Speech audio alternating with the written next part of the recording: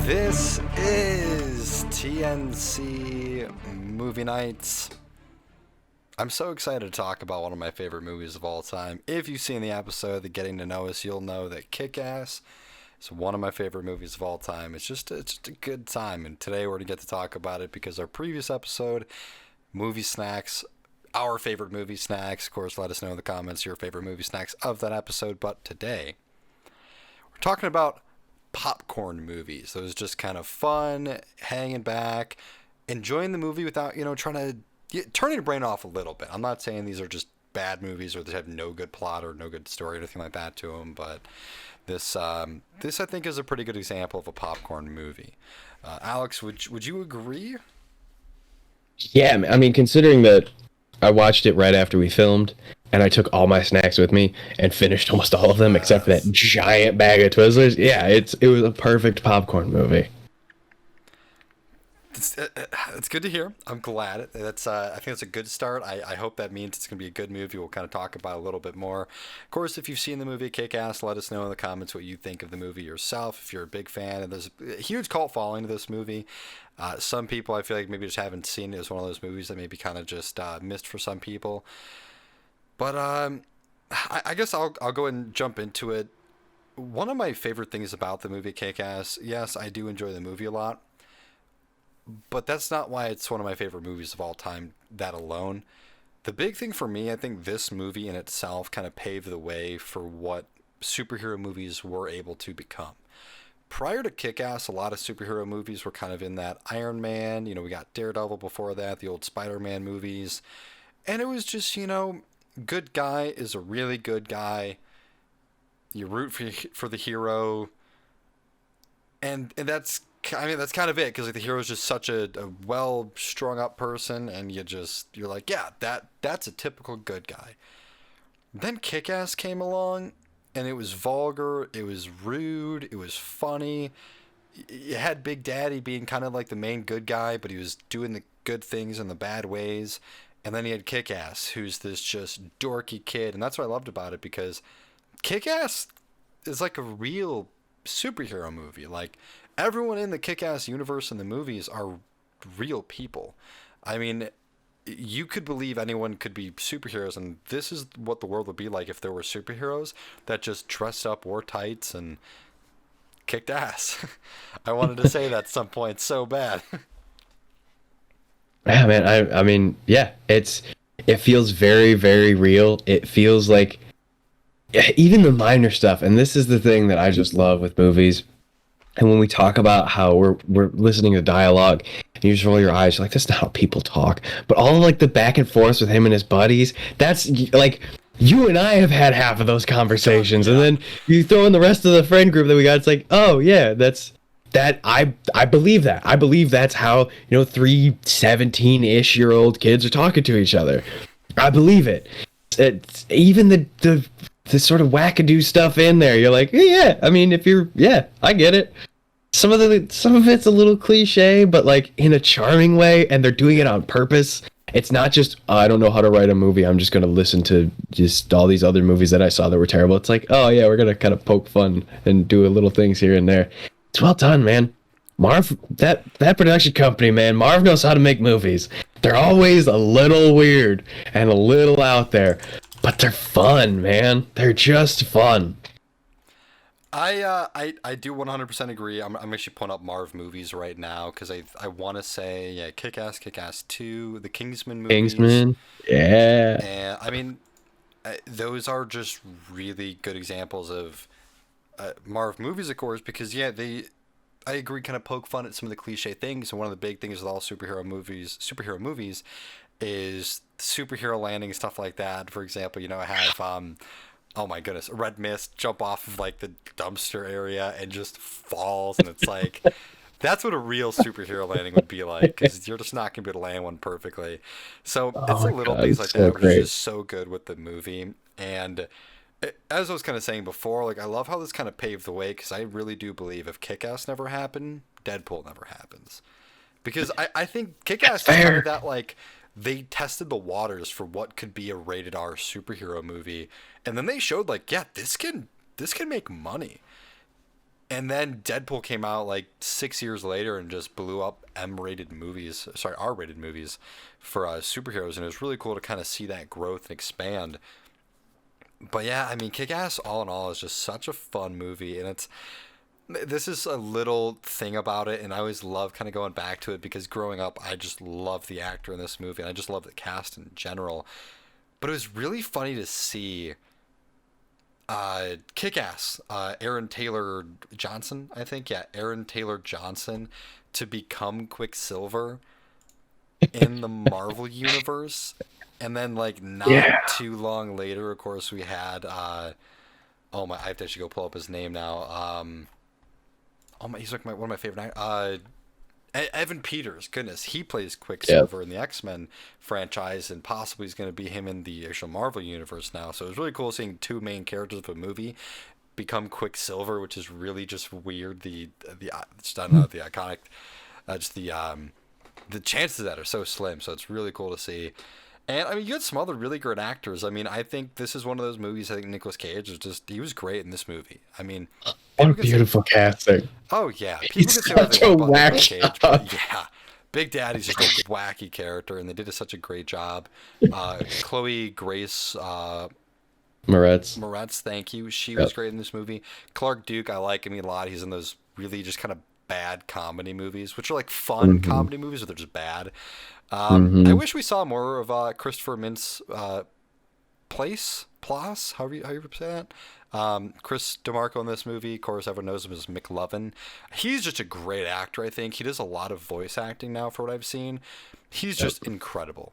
Absolutely incredible in this movie. He's a lot of fun, believable as kind of a dorky villain character, and it's just a good time. It just shows, like, if villains could happen in the real world, and then you just give a billionaire kid the idea and just like, yeah, I'm gonna be a supervillain now. So yeah, and his dad, throwing it back to a little bit with the Marvel movies, his dad later going on to play Merlin in the Kingsman movies. Every single movie that dude is in, he's just like, he steals the scenes, man. He's so good. Everyone kind of knocked it out of the park. I don't have much to complain about with this one. I have one thing, but we can talk about that later. But the rest of it is like really done really, really well.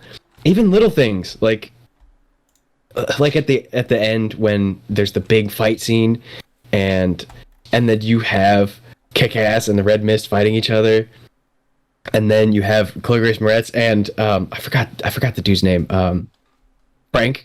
They're fighting each other. It's like, he's a black belt, she's a badass. They're very clearly like well matched together, and they're fighting each other. And then you just have the two goofy idiots just like hitting each other with sticks poorly. It's like that beautiful mirroring. It's done so well. And then you see it, like, I mean, the dumb stuff with even the bazooka, but it was well written because it was like, it was foreshadowed, it was hinted at, and then it kept, like, it escalated more and more.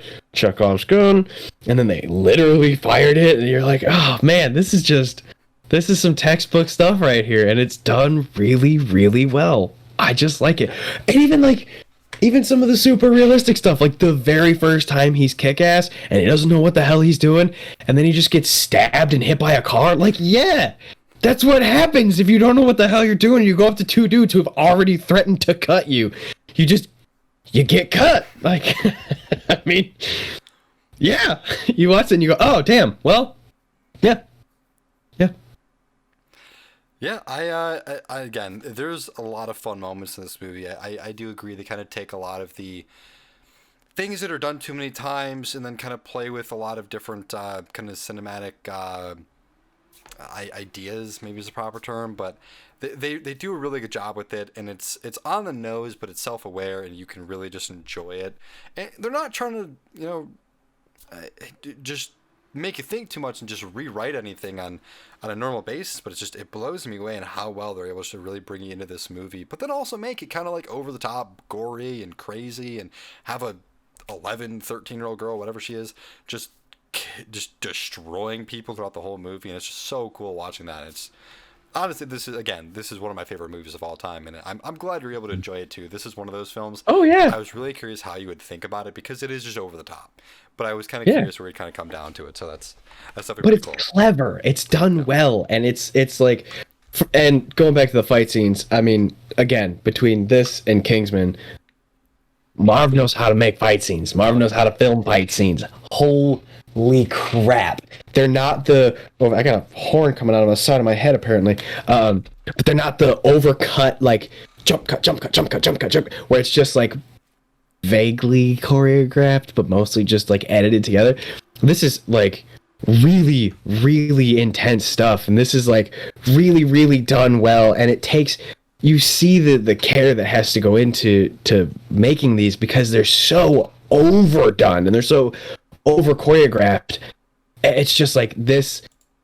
I mean, the pinnacle, I think, not to jump movies, is the church scene, the church fight scene in Kingsman. It's beautiful, but like, yeah. But they all have that same sort of flow to them, where it's just this beautiful dance that everyone has perfected. And of course, they have like special effects in there. They have cuts and all that stuff too. But it's just fun to watch, man.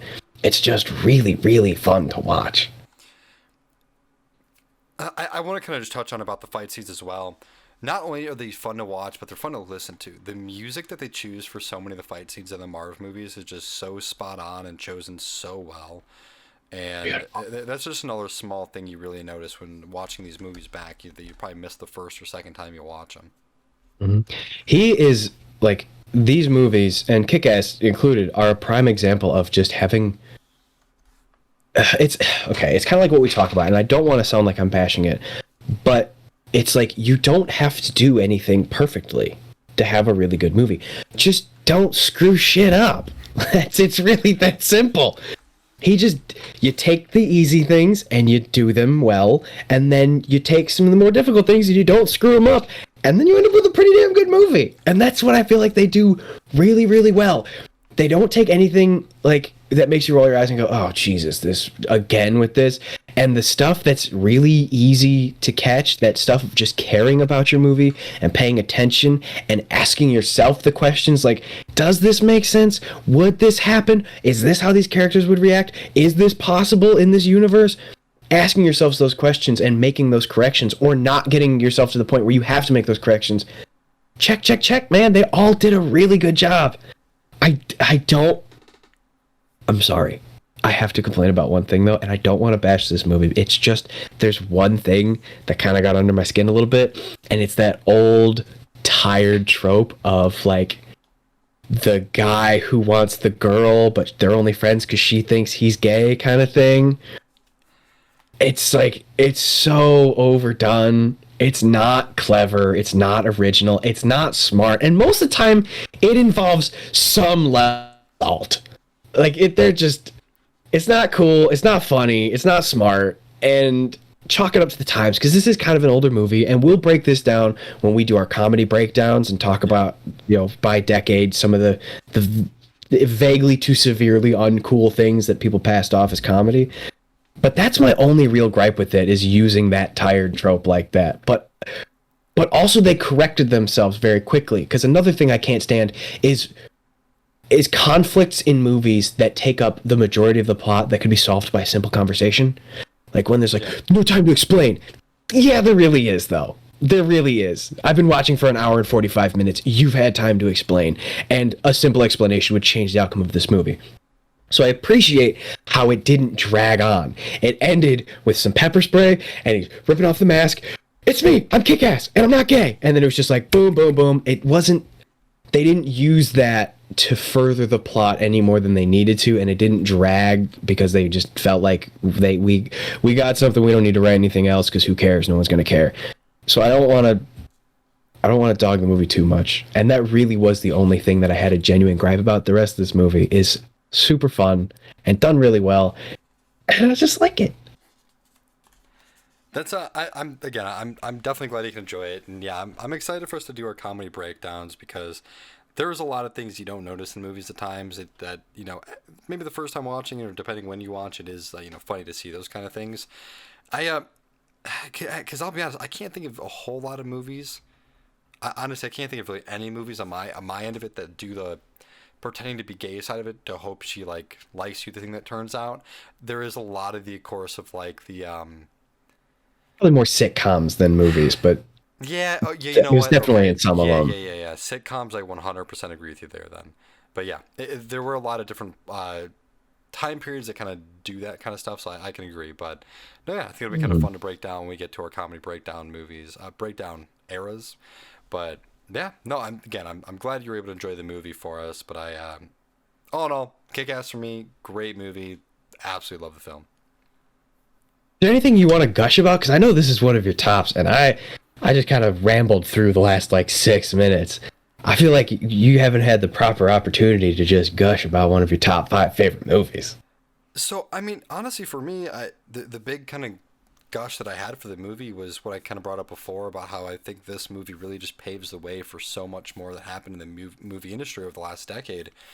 But I mean, of course, outside of that, this was one of the first movies that I ever saw that was like a superhero film that just went crazy with the gore and didn't be afraid to kind of like just test the boundaries. Because there are so many moments in the movie with the fight scenes, mainly with Hit Girl, that you're just, whoa, that was a lot. Whether it's in the apartment or when she gets up on the floor with like the 12 bad guys she just takes down, there's just so much with this movie that just had me just my jaw dropped the first, second, third, fifth time I watched it. I was like, wow, that's crazy. And it's just a fun time for me. This is one of those movies, and like we mentioned with a popcorn movie, I can just turn this movie on at any point. I could be doing something else and kind of just enjoy it in the background because it's fun. It's just a really fun movie. Yeah, man. I love it. And also, I think this movie is a prime example of if you do your movie well, you get away with the sort of the more ridiculous stuff or the stuff that in a bad movie people would be like, "Come on." Like speaking of Hit Girl in the offices when she has to reload and so she like tosses the clips in the air and then like slaps them and reloads them. Yeah. If that happened in like one of the DC flicks that we dog, if that happened in Aquaman or Wonder Woman 84 or anything stupid like that, we would be like, oh my god, shoot me. Because that's where they live. But when you're watching a badass fight scene and it's like, oh my god, this is so cool, all of that gets forgiven, and then it actually adds to it because you're like, oh, that was impossible, but that was so cool, I love it. It's just great. It does a really good job. Yeah. No, I totally agree. I'm glad you did enjoy the movie as much as it seems like almost as much as I do. But yeah, I think that's gonna do it for the review for us today. I want to say, Yeah. yeah, Yeah. It's easy when there's not a lot to complain about. yeah, totally fair, honestly. Yeah, well, I'm excited though. I'm excited because so we're gonna do those comedy breakdowns by genre. Next week we got Godzilla Kong coming out. It's gonna be big. End of March, coming into April. It's gonna be fun. It's gonna be fun. Yeah, no, I definitely agree. And of course, if you all want to have it easy, one place to find us, that's thenerdchambers.com. Go there, you can check out all of our shows from TNC All Things Cards, TNC Movie Nights. We just have our normal daily, weekly episodes that come out for our gaming show as well. Our streams are on there. If you want to support the show, we got our merch on there as well. Rocking the TNC Penguin. Alex, of course, has Got my show hoodie. Chambers, got the show hoodie. And yeah, if you want to contact us, all of our social media is available at TNC Movie Nights. Real simple for you. If you're listening to us right now on podcasting platform, if you want to for some reason see our faces, we're on the YouTube as well. YouTube people, if you're like, oh goodness, let's stop seeing them, check out Spotify. It's all really easy for you there as well. Alex, anything else? I got anything, man. Alex, Brandon, kick ass. Go check it out. See you guys.